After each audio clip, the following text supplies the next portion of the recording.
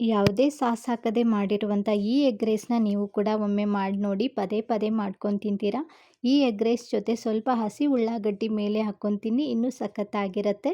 ಈ egg rice ಮಾಡೋದಕ್ಕೆ ಕಡಾಯಿಗೆ 2 ಸ್ಪೂನಷ್ಟು ಅಡುಗೆ ಎಣ್ಣೆ ಹಾಕಿ, ಬಿಸಿಯಾದ ನಂತರ ಕಟ್ ಮಾಡಿರುವಂಥ ಶುಂಠಿ, ಬೆಳ್ಳುಳ್ಳಿ, ಟೇಸ್ಟಿಗೆ 2 ಹಸಿಮೆಣಸಿನ್ಕಾಯಿ ಹಾಕಿ ಹಸಿ ವಾಸನೆ ಹೋಗೋವರೆಗೂ ಫ್ರೈ ಮಾಡಿಕೊಂಡು, ನಂತರ ಉದ್ದಕ್ಕೆ ಕಟ್ ಮಾಡಿರುವಂಥ 1 ಉಳ್ಳಾಗಡ್ಡಿ, ಸ್ವಲ್ಪ ಕರಿಬೇವಿನ ಸೊಪ್ಪು ಹಾಕಿ ಅರ್ಧ ನಿಮಿಷದವರೆಗೂ ಚೆನ್ನಾಗಿ ಫ್ರೈ ಮಾಡಿಕೊಂಡು, ನಂತರ ಕಟ್ ಮಾಡಿ ಇಟ್ಕೊಂಡಿರುವಂಥ 1 ಮೀಡಿಯಮ್ ಸೈಜ್ ಟೊಮೊಟೊ, ರುಚಿಗೆ ತಕ್ಕಷ್ಟು ಉಪ್ಪನ್ನು ಹಾಕಿ ರಸ ಬಿಡೋವರೆಗೂ ಫ್ರೈ ಮಾಡ್ಕೊಂಡು, ನಂತರ ಉದ್ದಕ್ಕೆ ಕಟ್ ಮಾಡಿರುವಂಥ 1 ಕ್ಯಾಪ್ಸಿಕಮ್, 1/4 ಸ್ಪೂನಷ್ಟು ಅರಿಶಿಣದ ಪುಡಿ, ಖಾರಕ್ಕೆ ಬೇಕಾದಷ್ಟು ಅಚ್ಚ ಪುಡಿ, ಅರ್ಧ ಸ್ಪೂನಷ್ಟು ಧನಿಯಾ ಪೌಡರ್, ಅರ್ಧ ಸ್ಪೂನಷ್ಟು ಗರಂ ಮಸಾಲ ಹಾಕಿ ಅರ್ಧ ನಿಮಿಷ ಫ್ರೈ ಮಾಡ್ಕೊಂಡಿದ್ದ ನಂತರ ಇಲ್ಲಿ ನಿಮಗೆ ಮೊಟ್ಟೆ ಎಷ್ಟು ಬೇಕೋ ನೋಡಿಬಿಟ್ಟು ಹಾಕ್ಕೊಳ್ಳಿ. ನಾನಿಲ್ಲಿ ಇಬ್ಬರಿಗೆ ಎಗ್ ರೈಸ್ನ ಮಾಡ್ತಾಯಿದ್ದೀನಿ, ಹಾಗಾಗಿ 2 ಮೊಟ್ಟೆಯನ್ನು ಹಾಕ್ತಾಯಿದ್ದೀನಿ.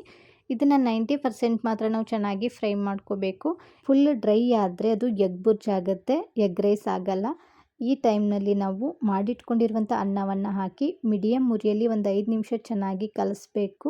ನಂತರ ಅರ್ಧ ಹೋಳನಷ್ಟು ಮೇಲೆ ನಿಂಬೆಹಣ್ಣಿನ ರಸ, ತೊಳೆದು ಕಟ್ ಮಾಡಿರುವಂಥ ಕೊತ್ತಂಬರಿ ಸೊಪ್ಪು ಹಾಕಿ ಚೆನ್ನಾಗಿ ಮಿಕ್ಸ್ ಮಾಡಿ ಗ್ಯಾಸನ್ನು ಆಫ್ ಮಾಡಿದರೆ ಬಿಸಿ ಬಿಸಿ ಆಗಿರುವಂಥ ಎಗ್ ರೈಸ್ ರೆಡಿ ಆಯಿತು. ವಿಡಿಯೋ ನೋಡಿದ್ದಕ್ಕೆ ಎಲ್ಲರಿಗೂ ಕೂಡ ಧನ್ಯವಾದಗಳು.